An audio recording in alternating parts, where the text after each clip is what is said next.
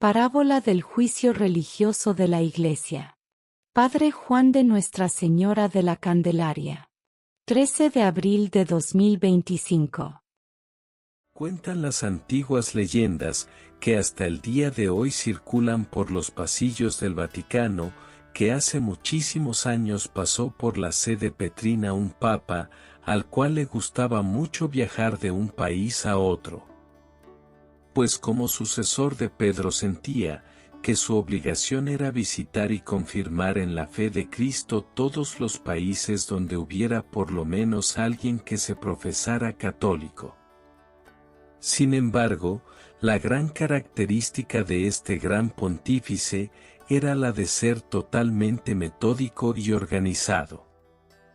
Este aspecto tan emergente de su extraordinaria personalidad se reflejaba plenamente en la costumbre de pasar revista a todos sus colaboradores de la curia romana días antes de emprender un gran viaje, cerciorándose personalmente de que todo estuviera en perfecto orden, y que durante los días en los cuales se iba a ausentar las cosas marchasen perfectamente de acuerdo con las instrucciones dadas a cada uno de los dicasterios y dependencias de la curia romana.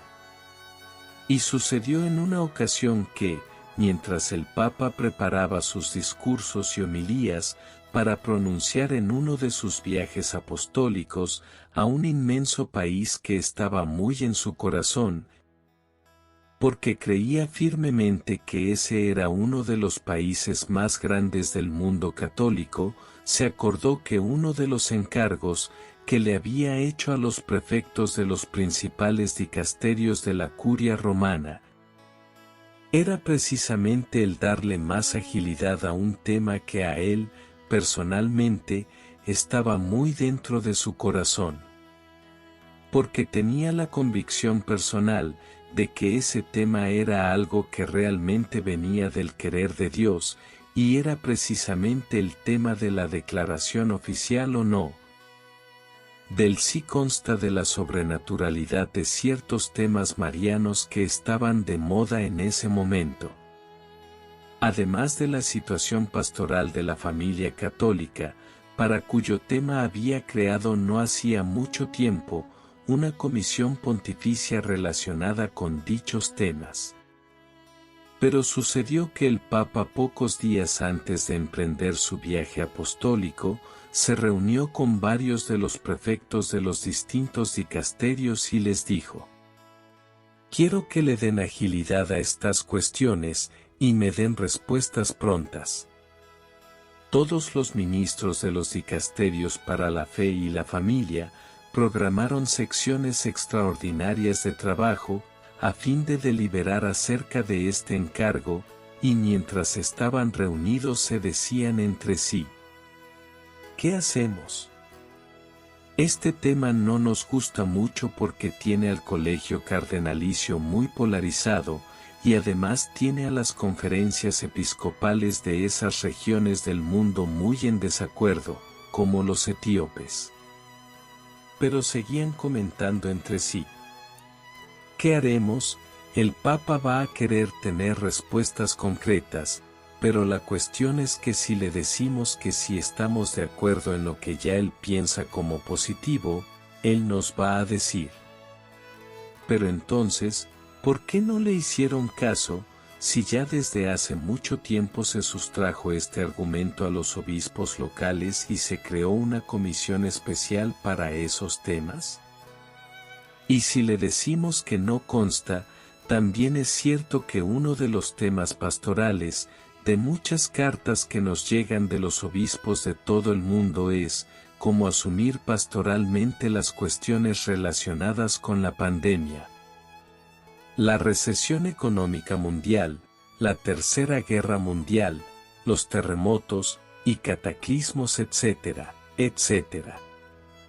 Fue entonces cuando uno de los ministros ponentes se acordó que ya desde los Hechos de los Apóstoles, Hechos 1, 21 a 26, las primeras comunidades cristianas se reunían en Antioquía para orar y ayunar a fin de tener una respuesta del Espíritu Santo.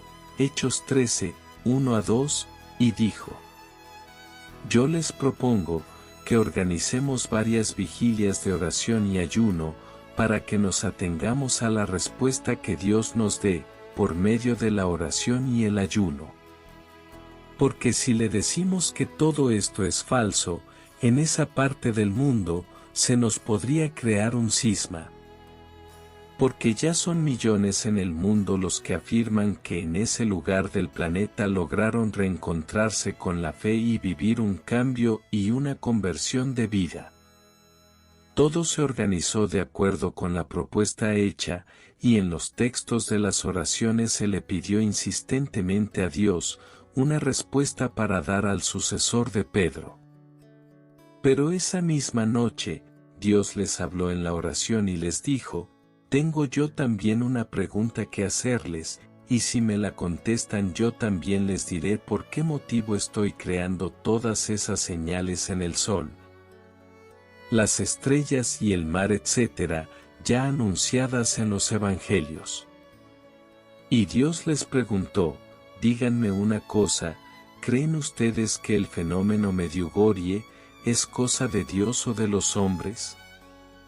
Los ministros entonces se reunieron y decían: ¿Qué decimos? Si decimos que esto viene de Dios, nos van a decir: pero entonces ¿por qué no le hicieron caso? Si ya desde hace tanto tiempo se creó una comisión pontificia para esos temas. Y si decimos que todo eso es un montaje de los franciscanos, toda esta región de la Iglesia en Italia y en los Balcanes se nos va a poner en contra. Porque ya es una parte muy grande de la Iglesia que se renovó en esa parte del mundo. Entonces mejor dijeron: digamos que no sabemos de dónde viene todo eso. Pero esa misma noche, Dios les habló en locuciones interiores y les dijo: pues tampoco yo les digo de dónde vienen todas esas señales que ven en los astros y debajo de la tierra. Y aquella noche todos sintieron como que Dios se quedó callado ante las grandes interrogantes de los dependientes de la curia romana.